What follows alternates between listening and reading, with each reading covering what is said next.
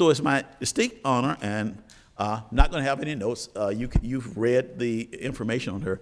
Dr. King, as I said, came to NBS in 1963 and stayed until 1968 thereabout, and then she left and went to New York with her, with the other Dr. King, who had a position in New York, and so she moved with her family to New York, and there she worked she was there for 9 years and worked as a professor of chemistry, and associate dean for natural sciences and mathematics at York College, part of the City University of New York system. In 1977, she left there when she was appointed president of Metropolitan State University in the Twin Cities area of Minnesota. And she was in this position for 11 years, and then she moved to become the president and board chair for the General Mills Foundation. Since then, she's led many other boards, involved in many philanthropic organizations, and we're delighted to have her here this morning to talk about how her experience here as a chemist in the mid-60s at NBS has launched her very, very exciting, impactful career. So, Dr. King. Bye. Thank you, Willie. Thank you for that marvelous introduction. I'm very grateful to you for this dual theme. You notice the theme, Black History Month, the Golden Jubilee of Civil Rights Act, and then the title that I adopted for my talk, Remembering NBS, My Gateway to a Future of Service and Opportunity. And you will see as I describe my journey forward, this is exactly what it has been, a journey of service and opportunity. And my work at NBS and the development I experienced at NBS was a gateway. It was like I passed through this gate, and then I came out on the other side different, and look what this difference made possible. So but at the same time, I'm proud of the 50 years celebration of accomplishments in the Civil Rights Act, and I'm proud to have been there. I remind us, I think of what Martin Luther King Jr. said, that longevity has its place, right? And so we pause to celebrate the Golden Jubilee, and I pause personally to celebrate the impact that NBS had on me. Now, I'd like to remind us something we all know, that at that time, in 1963, and before that time, we were, first of all, these were turbulent times socially in our environment. In my situation, this young Black woman anticipating working at NBS, and at the same time, very mindful of things happening in the environment, it was like I was bridging two worlds. And these were the two worlds, a contrasting environment, which NBS was, a top-notch, unique, and heavenly research institution with a stellar reputation. It was like, being here was like a dream world of excitement and challenge for a young scientist like me. Now, I could underscore like me because I had something in mind in putting that down. I was just not another young scientist, but it was a young Black female scientist, a young scientist like me. On the other side, outside of this, of the campus at Connecticut and Van Ness, we could just feel the many defining moments of intense social change, dealing with the obstacles of racial, gender, and gender bias. We had in 1954, the year I went to Clark College in Atlanta, Georgia, started my freshman year, the Supreme Court Brown versus Topeka decision And last night, Rufus and I were reminiscing about that because he started college the same year. Now, and then 1954, the Montgomery boycott begins. Now, Judge is from Birmingham, Alabama, and he was in Montgomery around that time taking a course or two at Alabama State University. And then 1963, the March on Washington was held. And then in 1963, President Kennedy was assassinated. And then there was the Voting Rights Act in 1965 when it was signed. And then Reverend Martin Luther King Jr. was assassinated in 1968, the year I left NBS.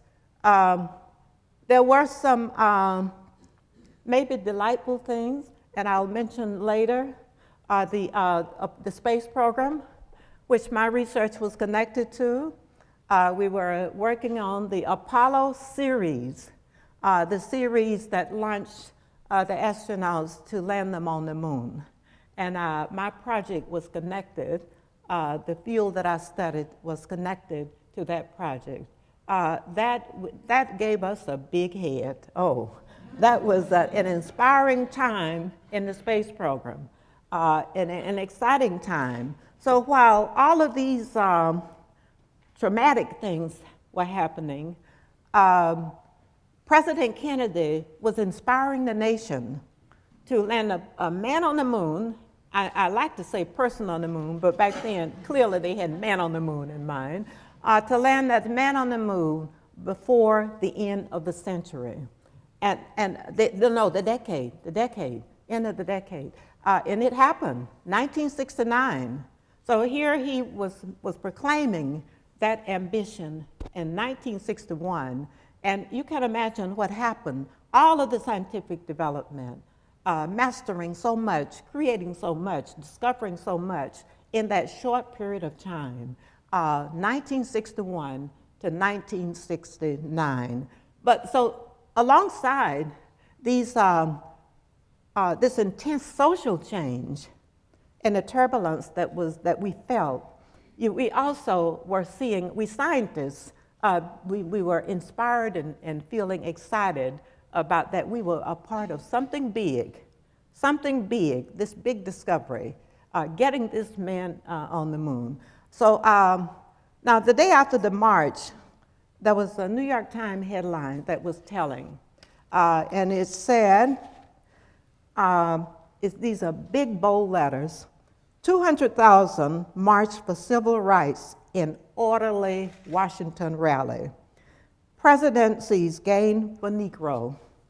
The focus here should be on orderly. I want to draw your attention to orderly because people were so afraid it was going to be dangerous. It was dangerous. There was going to be riots. There were going to be, so many people were discouraging the march. And I think it was Bayard Rustin who was mastermind behind the march and mobilized people to have the march. And he said, this march will go on. So the day after the march, many people breathed a sigh of relief because it was orderly. And not too long ago, the Target stores, Target Inc. department stores, printed up a large number of this New York Times edition for August 29th, 1963. And I still read it with lots of interest because there's so much, it's so telling about those times. Now, I want to focus the remainder of my remarks on my path to NBS, my life at NBS, and some professional milestones after NBS. And I want to conclude with just 2 sentences on how NBS influenced me most. Now, 1954, as I mentioned, I entered Clark College in Atlanta, Georgia. I left Payville, Georgia in September 1954 on the Trailway bus. I started to say the infamous Trailway bus. I think I would think of that ride more fondly than what that implies. But I had my little foot locker. My mother put me on the bus, and dutifully I went to the back of the bus. That's where we blacks were supposed to sit, and I wasn't about to disobey because she had warned me, stay in your place, don't get out of line. Those are the warnings we blacks got from parents in those days. 1958, I graduated from Clark College in Atlanta, Georgia, with a degree in chemistry and mathematics.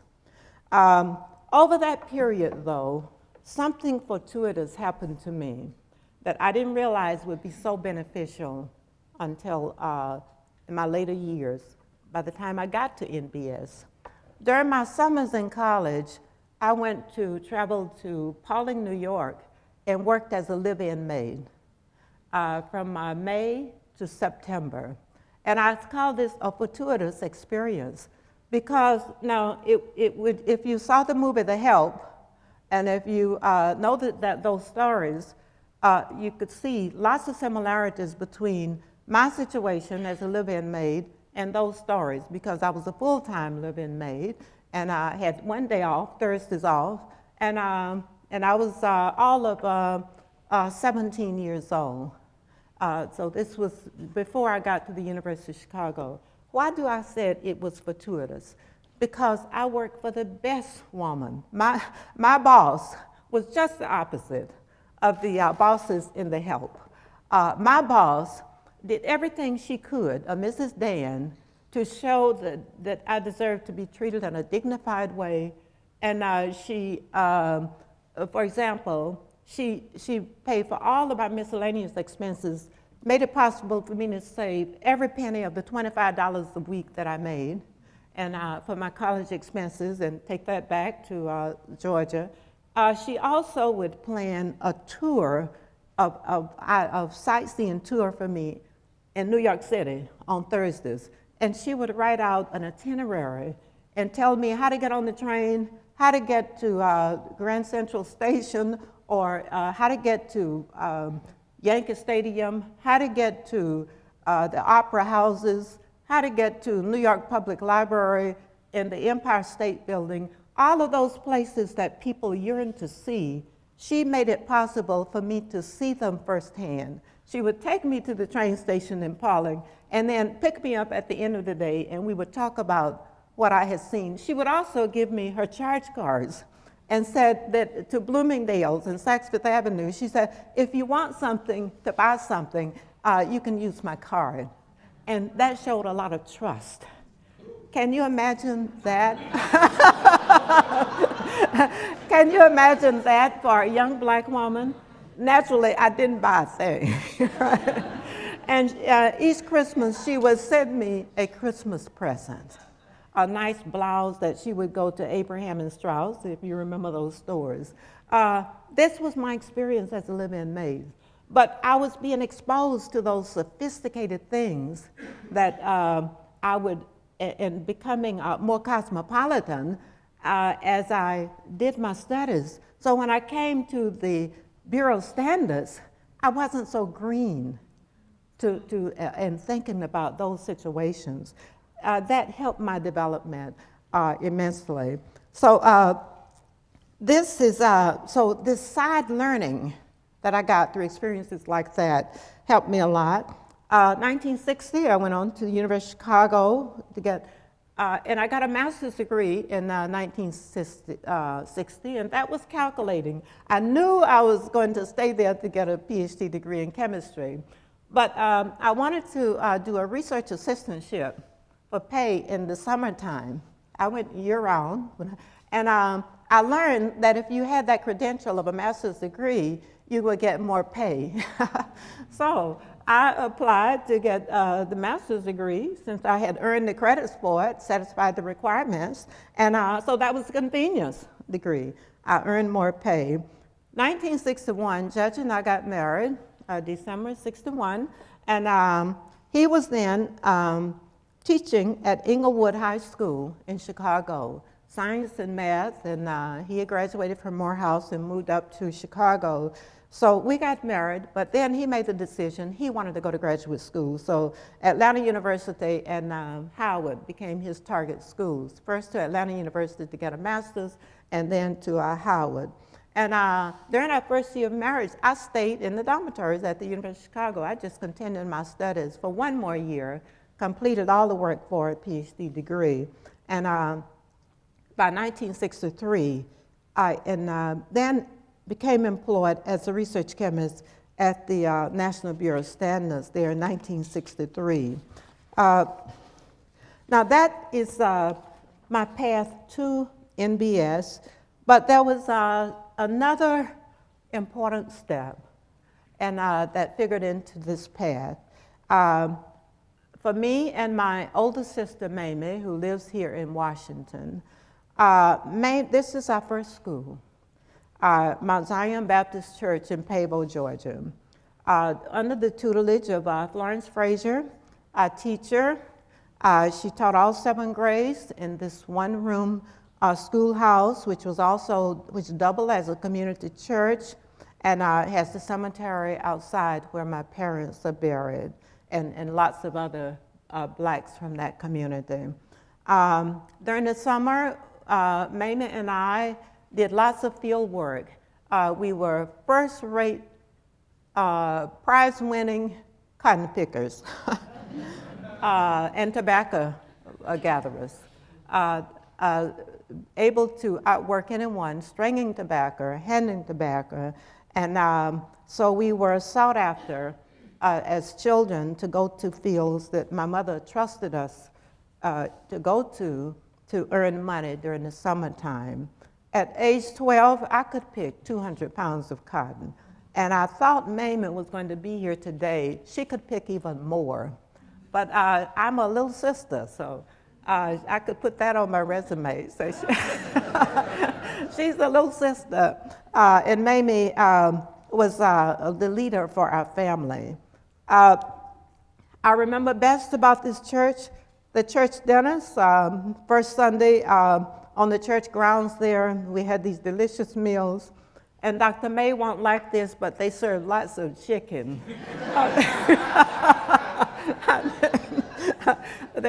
Chicken. Fried, yeah. That part of my life connected with the Bureau, because that part of my life was the confidence building part. You know, when you ask, if you start taking on these leadership roles, where does your confidence come from? Where did it start?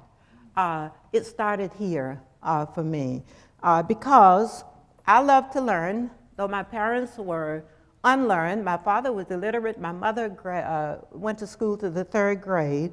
But she was, I add this, but she was a beautiful woman. I say this before my husband says it. But that was, we got the encouragement from community people. Our teacher went into the community and told everything. She told community people who were the smart children and who did their work. And then the community people would play this theme back to you. Honey, use your head, use your brains. Then you can get better work and earn more money than doing maid work. So they had their sights on our young children carrying the ball for the community. So this aspiration to succeed, some people would call it ambition. I didn't know what ambition meant, but that aspiration to succeed against the odds started there at Mount Zion Baptist Church, and this became our Mecca. Now it is our Mecca, because last Easter and periodically, we were there most recently last Easter, my husband and I went down to visit my parents' grave. It was Saturday before Easter Sunday, and we just had a marvelous visit driving between Montgomery, Birmingham, and also Paybo, Georgia. That's where this church is, and just taking pictures and just thinking about my grandparents, my parents there. Coming on up, fast forwarding from that 4-year-old experience, my first school, to my senior year at Clark College, in Atlanta. Shown here is a classmate, Avon Kirkland, and chemistry professors Dr. Alfred Spriggs and Dr. Booker T. Simpson. Dr. Spriggs was chair of the department. But this photo shows something else that Clark College at that time was very proud of. Avon and I, both of us, had just received Woodrow Wilson fellowships, and which was a full paid fellowships to go to graduate school. It was very unusual for two students in the same school to receive one of those precious fellowships. The process was pretty simple. We completed the application for the graduate school we wanted to attend, and then the Woodrow Wilson Foundation would take charge and represent your application to the schools, the first of your choice. I listed for my first choice the University of Chicago and the University of Minnesota. I didn't see, there was an omen in that, I think. But then in Washington University in St. Louis, Avon listed his first choice as Washington University in St. Louis and then some other schools, because Dr. Spriggs there on the right had attended Washington University in St. Louis. Avon and I both got into our first choice schools, and I went on to the University of Chicago with that fellowship. So then I stayed there for 4.5 years in the dormitory all the time, and I had been in the dorm 4 years at Clark. So I was in the dormitory. I had dormitory life 8.5 years straight, except in the summer years when I was upstate New York. So you can imagine, I wasn't wild when I got out of there, but I was glad to get out of the dormitory. Leaving the University of Chicago, I had a choice of two marvelous work opportunities. These were NBS and the Naval Research Laboratory. My research advisor and teachers at the university told me that NBS would be an outstanding choice, and they were right. I joined the Heat Division, the Calorimetry section, in 1963 at age 25 as a project leader. My work colleagues, right in the lab, the more senior ones, were Dr. George Armstrong, Dr. Eugene Domalski, a project leader. Dr. Armstrong was our supervisor, and Dr. Kenneth Cherney, project leader. And I understand that Gene is still around in the area, and I look forward to connecting with him. But I had other numerous friends and helpers here at NBS. Mr. Porter, the NBS Director of Personnel, Dr. Hudson, I think his name was Ralph Hudson, he's head of the Heat Division, and many machinists, craftspeople, the glass shop, the machine shop, and any skilled person that your project could afford to pay. Right? My project was very well funded. So, but I was a tinkerer by then. At the University of Chicago, I had learned a lot of skills because I had to do things in the rough. And then we would take the projects to the machine shops to get them done in a polished way. That you had to pay for. But from my work on the farm, I could work with my hands. So I didn't mind roughing up my fingernails or my hands to do something in the rough. And I was pretty good at machinist at the time. My three areas of responsibility in our calorimetry section were as follows: fluorine flame calorimetry, bomb calorimetry, and testing samples for outside clients. My area there was determining the heats of combustion of fuel samples. And everything we did at the Bureau, we learned responsibility and learned how to do things well and things that we could be proud of. And in all of the site visits I saw yesterday, there was that same spirit. And I was just amazed to see how that's so deeply embedded in the culture. It worked then and it works now, and I tell our young people and I tell fellow corporate directors that it can still work. get your culture right, and then the supervisor can go on vacation. Because the employees, regardless of the level, won't let anything go wrong with that organization. So right the culture, everything else will take care of itself. Now, in the laboratory there, I want to comment on that testing. That testing work looks routine, but oh, you learn integrity and responsibility there. I was testing fuel samples, the combustion of fuel samples that clients would send to NBS, and you would do these measurements, and you would send the results back to them, but they had a number on the can, the sample. You didn't know exactly what the material was, but there was a number on the can. One day, Dr. Armstrong came into the lab and asked if I could work late. And he was very polite that way, and I told him I could. It was out here, actually, because that was a long way from home, I recall. And I was expecting a second child, too, so I was pregnant. But he asked if I could work late, and he wanted me to do a test on a sample. He said, please feel welcome to stay as long as you have to finish the test. It seemed like somebody had been there. And then he said, when you get the results, call this number and give it to a man who's going to be waiting for the result. And I finished that test about 2 a.m., and then I called this gentleman, Mr. Jack. I gave him the number, and he yelled with happiness, "Thank God." And I couldn't, and he said, "Thank God, thank God." And I hung up the phone and went home. Next day, I told Dr. Armstrong what had happened and his reaction. Dr. Armstrong smiled. He said, and oh, the other thing that surprised me, the sample was exactly, the number was exactly the same as I'd gotten the previous week on a sample. I said, it's identical. And Dr. Armstrong said, yeah, it was the same sample.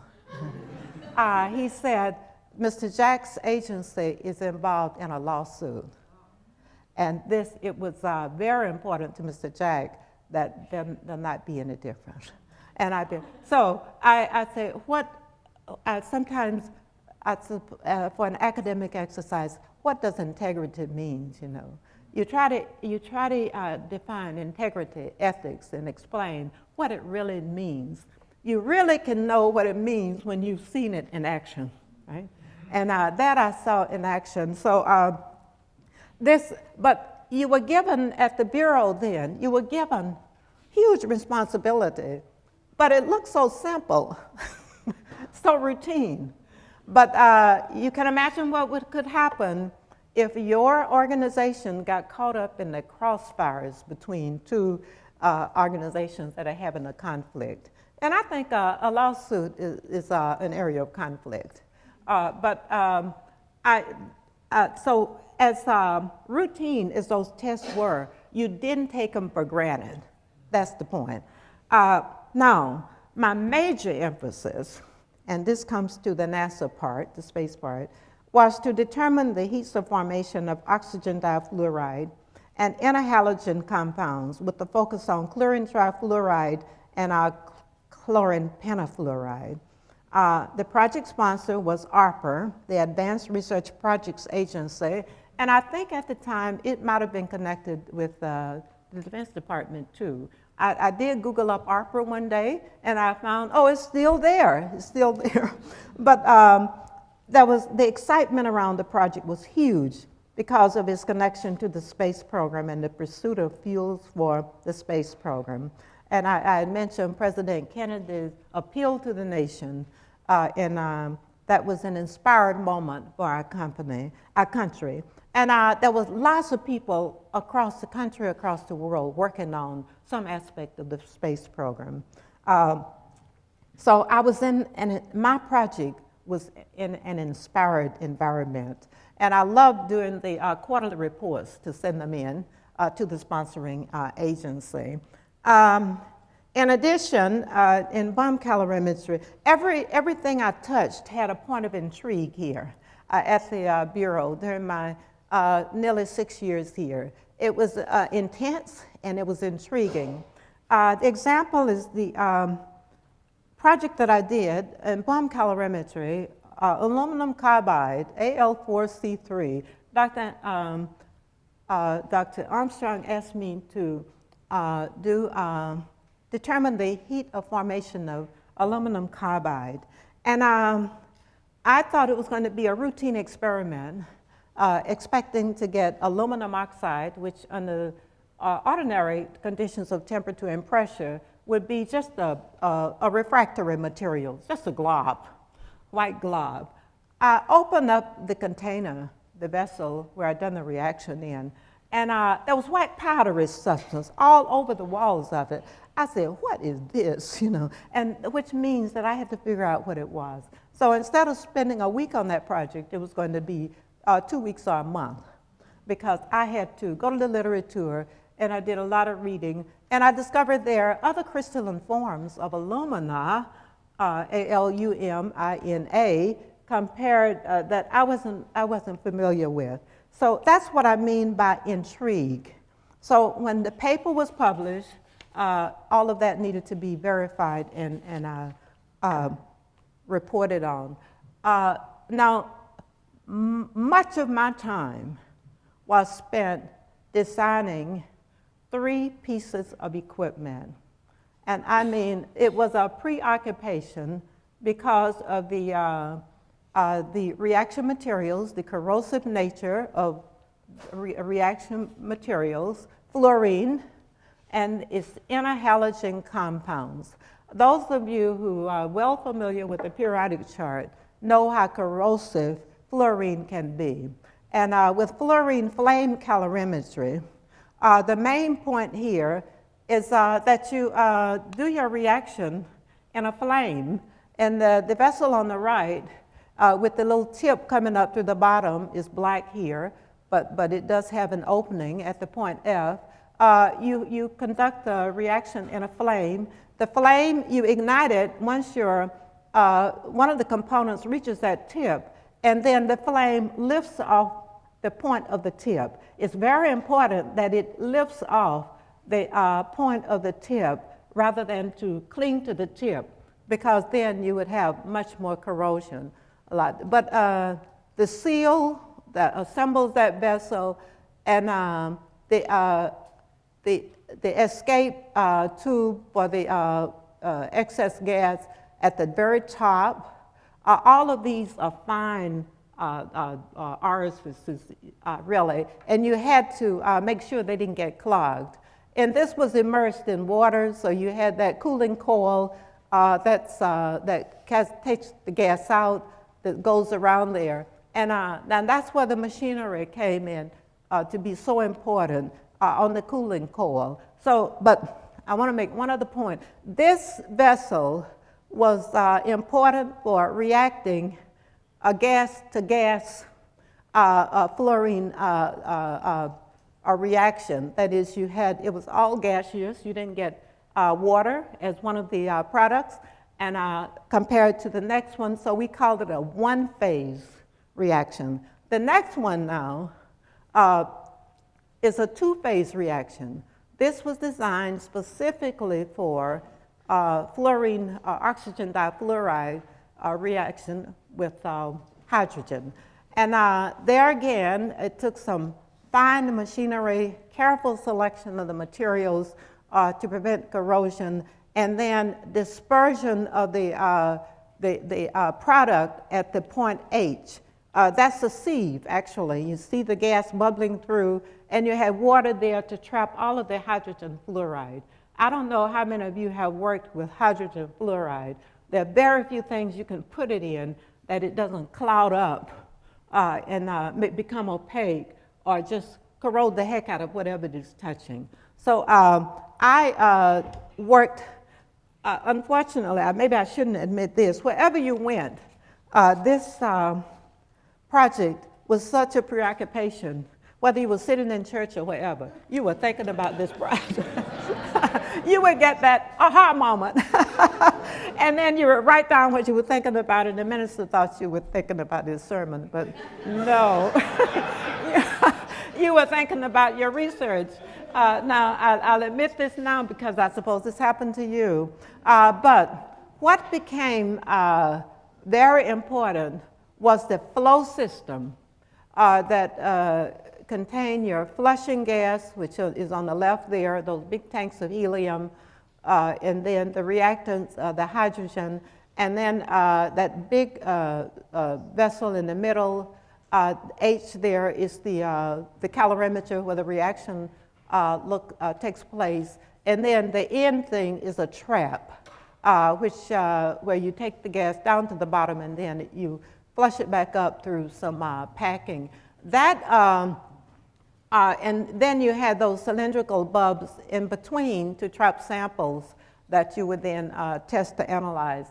That was, I was so proud of that because I had much to do with the design of it and researching which construction materials would be inert or would be corrosion resistant. So it was, that was the focus of my work. That's what the ARPA was paying us for, and that's what I was preparing these periodic reports on.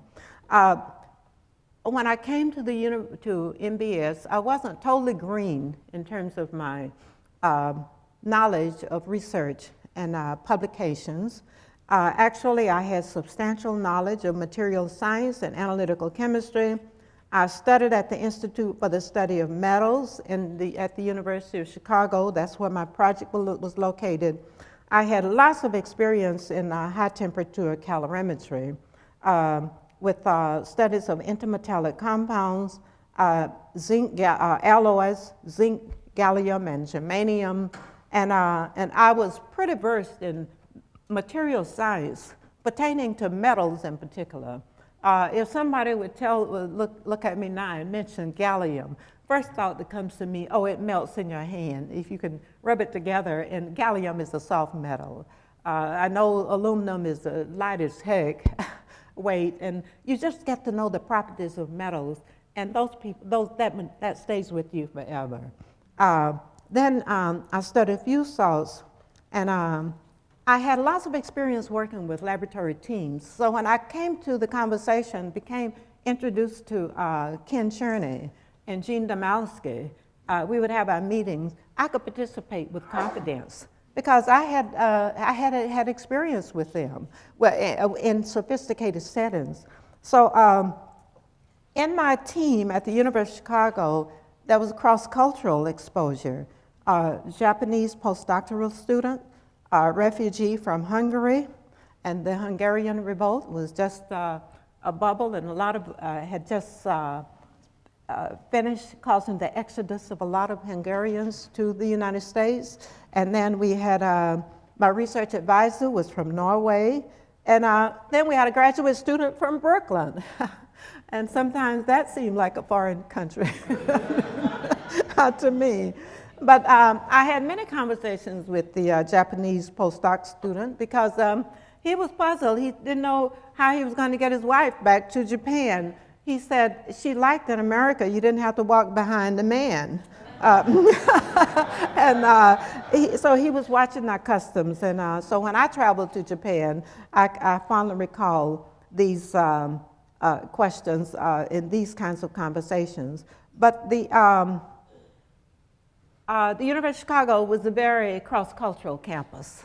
It was, and it still is. And I would go to the International House for dinner on Sunday evenings and get a lot of exposure to other cultures. The point of mentioning working with teams, though, is another reason. I had learned to participate in meetings without feeling inhibited because of my race and my gender. I wasn't blabby, but I could participate with confidence. And that's a learned skill. That's a learned skill. Not to feel on the spot because of your race or because of your gender. And coming up from South Georgia, where discrimination was still rampant against blacks, You had to be proud that you could do that. So as this picture shows, the sketch, I became immersed in most life at NBS. And I learned to be studious, and I learned to participate in conferences and present papers. And my culminating experience was, which I loved, was just after I arrived in my job at York College or the City University, I received a check for a Meritorious Publication Award at NBS here. And it was, I received a certificate for outstanding performance. And when I got the check, my part was $150. I called Dr. Armstrong right away and offered to share it with him. He said, I got one too, $150. So it was, that just shows the foresight that NBS people have always had, I suppose. But I was very proud of that, and I think that was the letter came from Dr. Hudson. Now, so preparing to find a job in New York, I was taking a lot of enhanced development from NBS, and I listed some of these here. That stronger academic competencies. I got to work out during those reports quarterly for that agency. Stronger ability to analyze and solve problems and organize complex information, reputation for integrity. Dr. Armstrong knew he could trust me. And if he didn't feel that way, I never could have done those tests.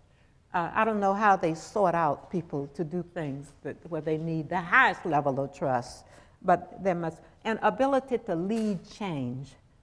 This one served me well in the next few years. My work at the Bureau was breakthrough, and I noticed in the site visits yesterday, that's typical of NBS and NIST now. NIST especially, there are a lot of breakthrough things happening here. My accomplishments have been recognized. That gave me confidence. And so I just, the summer of '68, when we were house hunting in New York, I remember an afternoon where I got disgusted because my sister-in-law was trying to get us to buy a house with a swimming pool. And there was no way that we had two little children, ages 6 months and 3.5 years, and I was planning to work full-time, that I wanted a swimming pool. That was a headache we didn't need, to be worried about those children and those boys too, little boys around a swimming. So I took the afternoon off and went and looked for a job, and I interviewed at York College of the City University of New York, and was a new college. It opened a year before, so I started there in the second year. And that was a new CUNY college, I think maybe the 20th of 19 colleges in that system. So the professional milestones after that are listed here. The years are to the right. Higher education leadership, and then the reason for leaving there was I became a trailing spouse going into higher education. But at the same time, I was balancing. It was the balancing act, taking care of children, working full-time, and higher education was a more convenient leadership or work area to do that with. When I went to interview for the job, gender bias was rampant, and I walked into this interview with the dean of the college at the time, Dr. Lewis Bodie, and I just told him everything. And I had told him we had a 6-month-old baby. And he told me later, he hired me. He almost hired me on the spot. But he told me later, he said, anybody who was dumb enough to come in and say they had a 6-month-old baby, I'll hire them anyway. So he told me how naive I was to tell him that. I just told him everything. I was transparent. We have a word for that now, transparent. You know? Yeah, that's the corporate board lingo, being transparent. But I took the job, and And another milestone was philanthropy leadership, association leadership, in American Council on Education, the Council on Foundations, and the National Association for Corporate Directors, and community volunteerism, which started seriously there in New York because I became active with the National Council of Christians and Jews. And then I was a judge in science fairs. They were looking for scientists all the time to judge at schools. So that was, it was just a full life all around. And but in higher education, that job exposed me to something totally unexpected, talking about the turbulence in the external community and the outside environment. My higher education positions consisted of the professorship, teaching, which I just loved, became associate dean for academic affairs, but before that, associate dean for natural sciences and mathematics. These were leadership roles in higher education. And then, but the teaching, it was luckily I started teaching first, because there I learned something that I've said over and over to people in philanthropy when they were raising money, seeking grants. I said, keep in mind, your student is your story. Your student is your story. So last night, is it Mr. Gallagher, Pat Gallagher, who's going now to Pittsburgh? I was giving him tips on being the best university president, chancellor there is. And I forgot to tell him, keep in mind, your student is your story. Your student in, and I realize I'm going on too long, but I will tell you how I've sat across the table in front of so many university presidents, and I've had to remind them when they wanted to raise money for their prettiest building, and the building is going to be the showcase of that community, and tell them the best architect or what have you, they're telling me all about the building, but I have to ask about the student. So I give them some advice. I say, start with your student. Your student is your story. And if you never taught, if you have an administrator who never taught, how will they know that? How will they be mindful of that? So they are so concerned about the competitive environment with all the things they can showcase. So I will keep that in mind. I learned that, but what I wasn't prepared for, but I dealt with it, was the turmoil on campuses then. I hadn't thought about that there would be so much conflict. There were protests over the Vietnam War. That was the height of it then. And the Q&A, they had introduced open enrollment, free tuition. They were debating a site decision. The faculty was divided over that.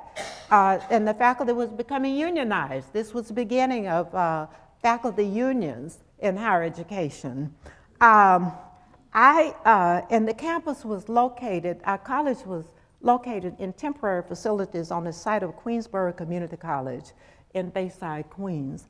And we were to be there a short period of time. Well, it was like a relative who comes to stay for a week and you look up there for 3 years, 4 years. We were there for a long time, but we managed. And the site decision was made by the board, the governing board, to be inner city, Jamaica, Queens. And many of the faculty have favored having it out on a golf course in Fort Totten. That was the tension.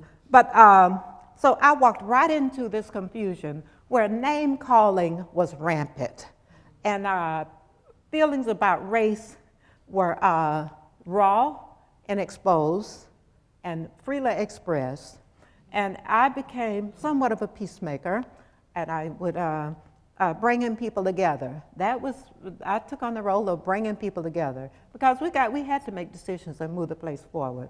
Well, it worked out well. Then I was tapped for leadership positions, and I moved up quickly at age 31 to be associate dean, and so I taught about 2 years.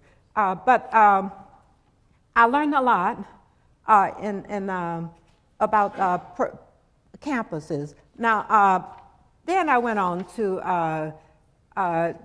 but what we had was excellent faculty who had come over from the other community colleges because they wanted tenure. And see, we had spots, open spots where faculty could be tenured, and we attracted them over, and I just put them to work. They were gifted, they were talented. I just put them to work, and that was good for the whole campus. Then very quickly, I've gotten the time signal, but very quickly, we moved to Minnesota. Well, we moved to New York because Judge became chair of the Department of Chemistry at Nassau Community College, and he was in that role for 10 years. And then we moved to Minnesota because I was nominated for the presidency of Metropolitan State University by the American Council on Education here in Washington, D.C. They had set up our Office for Women in Higher Education, aiming to get women on board in public presidencies, and they formed a cohort of women that they were going to develop, determined to get women appointed to presidencies. Now, that shows you again, here's another social tension out there, another barrier that you're going to help break. But I took a sabbatical, went to business school, and I was at the crossroads. Did I want to stay in higher education or come back, go back to the laboratory? And there was something from the Bureau that I really liked that influenced me. And I dealt with a lot of businesses here at the Bureau, people we bought our samples from, and I liked their professional style. So I decided to take a sabbatical and go to business school, and I did. I went to Columbia School of Business, got an MBA degree, but then again, decided to stay in higher education and prepare myself for advancement. So when this presidency opportunity came along, when I asked the judge, I walked in, I saw the letter, and I asked him, should I apply? He said, go ahead. And I said, what if they appoint me? Then would we move? He said, go ahead. I don't think he felt that I was going to get the presidency. But smartly, the board invited him to come for the second interview. And he watched the interview, and it was done in open, because we have the sunshine law in Minnesota. And so you are interviewed while the television camera is looking down your throat. And, but then we moved to Minnesota. Judge's mother encouraged him, you go with Reatha, so he became the trailing spouse. And we didn't know anything about Minnesota. And her view was that any place Hubert Humphrey lives can't be bad. You know, Hubert Humphrey was known to be a warrior. And Mayor John Lindsay of New York had been to Minnesota, and I saw an interview in the paper with him. He said he liked Minnesota because but he didn't trust air he couldn't breathe. The pollution in New York was terrible. And that was his way of saying that Minnesota was okay. So we went on to Minnesota, and my presidency there lasted 11 years. And in questions, if we have time for any, I'll tell you the rest. But what did I get from the Bureau? Professionalism. These two things I want to mention.